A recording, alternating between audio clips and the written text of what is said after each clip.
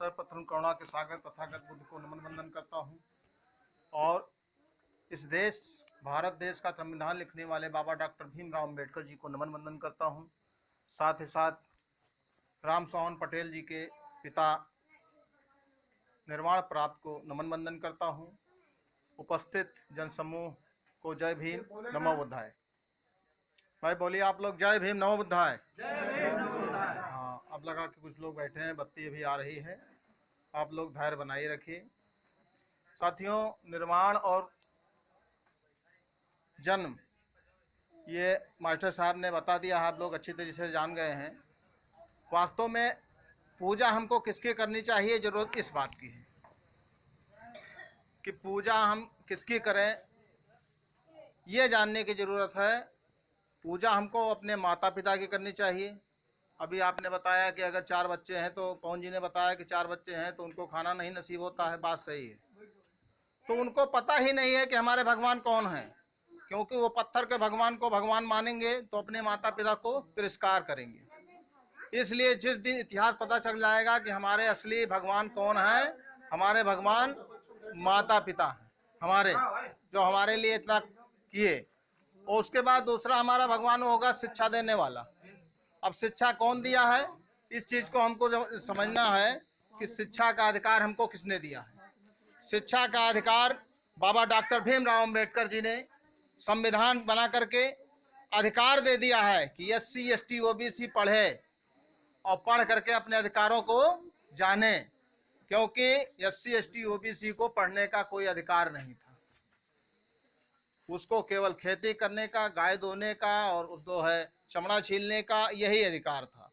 तो ये अधिकार जब संविधान लागू हुआ तब से लोगों को नौकरियां मिलने लगी। लेकिन जब नौकरी मिलने लगी, 4 मंजिल बनवा लिए, तब ये नहीं जानते हैं कि किसकी बदौलत ये बन गया है।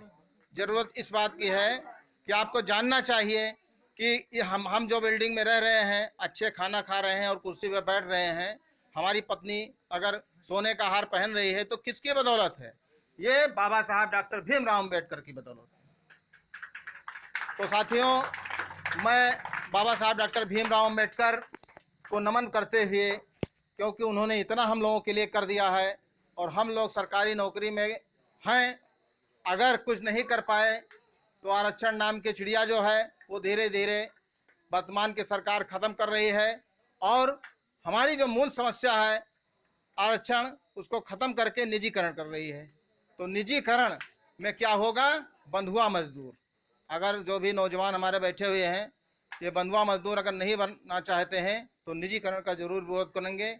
क्योंकि मोदी ने एक बार, प्रधानमंत्री मोदी ने हमारे एक बार ताली और थाली बजवाई थी कोरोना भगाने के लिए, लेकिन आज पूरे देश में लोग थाली लेकर, नौजवान जितने भी बेरोजगार हैं, थाली लेकर पीट रहे हैं सड़कों पे, पार्कों में, और पूरे सड़क पे, पार्कों में, चौराहों पे अब निकल पड़ा है कारवां। क्यों?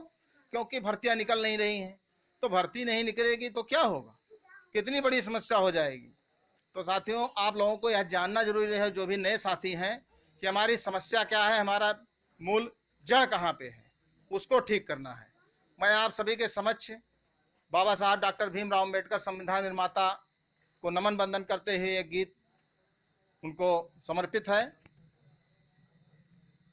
और नमन है तुम्हें संविधान लिखने वाले, नमन है तुम्हें संविधान लिखने वाले, दुनिया को जीने की दिशा देने वाले, नमन है तुम्हें संविधान लिखने वाले, नमन है तुम्हें संविधान लिखने वाले। बदला नहीं लिया है, बदला है जमाना, बदला नहीं लिया है, बदला है जमाना, आदमी मुसाफिर है लगाया न जाना, आदमी मुसाफिर है लगा न जाना। शीश चढ़ा दे तुम पर, और शीश चढ़ा दे तुम पर तो भी मेरा कम है, गूंजेंगे यादें तेरी जब तलक ये दम है, गूंजेंगी यादें तेरी जब तलक ये दम है। तुमने किया है खुद को मौत के हवाले, तुमने किया है खुद को मौत के हवाले।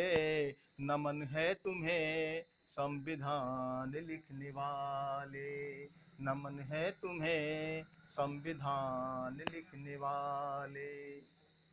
साथियों, जो भी नए बच्चे हैं वो जान लें कि बाबा साहब डॉक्टर अंबेडकर जो दूसरा फोटो लगा है, इनके बच्चे की तबीयत खराब थी, बहुत सख्त खराब थी, मरने के कगार पे था। लेकिन वो केवल आपके अधिकारों के लिए कि आज आराम से कुर्सी पर आप बैठें और अच्छा मकान में रहें, इस अधिकार के लिए लंदन चले जाते हैं। और लंदन जाने के बाद उनका लड़का जो है यहाँ मर जाता है। तो क्या होता है कि बेटे की मौत सुनकर रोया नहीं था, बेटे की मौत सुनकर रोया नहीं था, कई रात चिंतन करके सोया नहीं था, कई रात चिंतन करके सोया नहीं था। बन के मसीहा आए, अरे बन के मसीहा आए, जगाए वतन को, बन के मसीहा आए, जगाए वतन को, अपना लहू दे करके सींचा है चमन को, अपना लहू दे करके सींचा है तमन को। तुम्हें याद करते करते, अरे तुम्हें याद करते करते दिल पे पड़े छाले। नमन है तुम्हें संविधान लिखने वाले, नमन है तुम्हें संविधान लिखने वाले।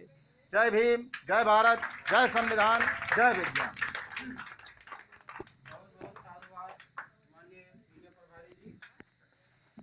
साथियों, बाबा साहब ने संविधान लिखा, उसमें हमारे सारे अधिकार पिरो दिए।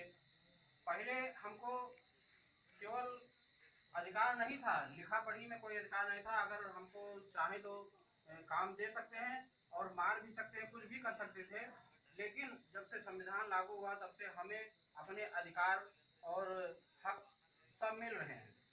लेकिन सोचिए